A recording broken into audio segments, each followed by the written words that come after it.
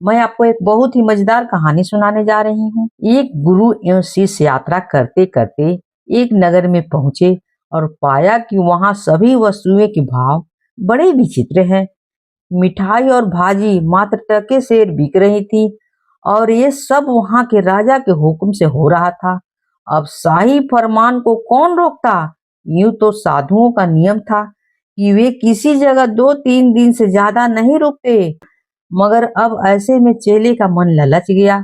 वह कहने लगा, गुरुजी, यहाँ तो कुछ दिन और रुक जाते हैं, बहुत सस्ती मिठाई मिल रही है। गुरु ने कहा, बेटे, जिस जगह इस तरह का गोलमाल हो उस जगह पर ज्यादा दिन रुकना ठीक नहीं है, जान की जोखिम हो सकती है। मगर चेला नहीं माना। हार कर गुरु अकेले आगे चल पड़े। इधर चेला मिठाई खा खा कर मोटा होता चला जा रहा था। वह भीख मांगकर 2 टके लाता और 1 किलो मिठाई खाकर सो जाता। एक दिन एक व्यक्ति की पत्नी का देहांत पड़ोसी के दीवार के गिरने से हो गया। उस व्यक्ति ने राज दरबार में दुहाई दी। पड़ोसी ने जानबूझकर एक कच्ची दीवार बनाई थी, अतः उसे मौत की जिम्मेदार मानकर सजा दी जाए। पड़ोसी ने आकर दुहाई दी, महाराज, मेरा क्या कसूर है? यह तो राजमिस्त्री जाने कि दीवार कच्ची क्यों रही।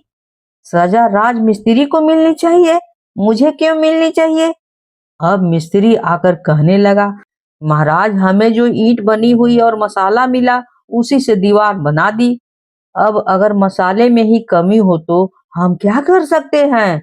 अब राजा के सिपाही उस सेठ को पकड़ लाए जो ये सामान बेचता था और राजा ने उसे फांसी की सजा सुना दी।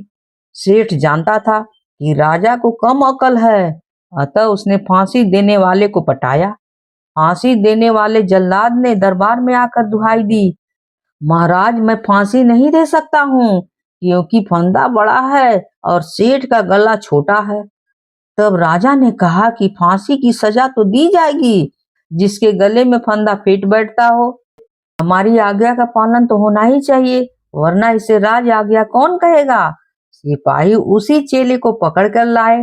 जब चेले को फांसी दी जा रही थी तो गुरु वापस लौट रहा था। चेले ने रोक कर गुरु की फरियाद की कि उसे बचा लिया जाए। गुरु ने कहा कि महाराज, इसे फांसी मत दीजिए, मुझे दे दीजिए। राजा ने पूछा, क्यों भाई, तुम इसके बदले में फांसी क्यों लेना चाहते हो? गुरु ने कहा, महाराज, ये घड़ी और पल बहुत शुभ है। जो इस समय मरेगा उसे सीधा स्वर्ग मिलेगा। राजा घमंडी था, मुस्कुराकर कहने लगा, अच्छा, मेरे रहते तुम स्वर्ग जाओगे? सिपाहियों, इसे भगाओ और मुझे फांसी दे दो। ये तो उस जमाने की बात है, लेकिन आज के राजा इतने मूर्ख नहीं हैं। वे राजमिस्त्री, सेठ, चेले और गुरु सबको फांसी दे सकते थे, लेकिन नहीं, आज मुझे ही फांसी मिलनी चाहिए ताकि मैं स्वर्ग सीधे जाऊं। और उसके बाद जल्लाद ने राजा को फांसी दे दिया और राजा सीधे स्वर्ग में चला गया। इसीलिए तो कहावत है, अंधेर नगरी चौपट राजा।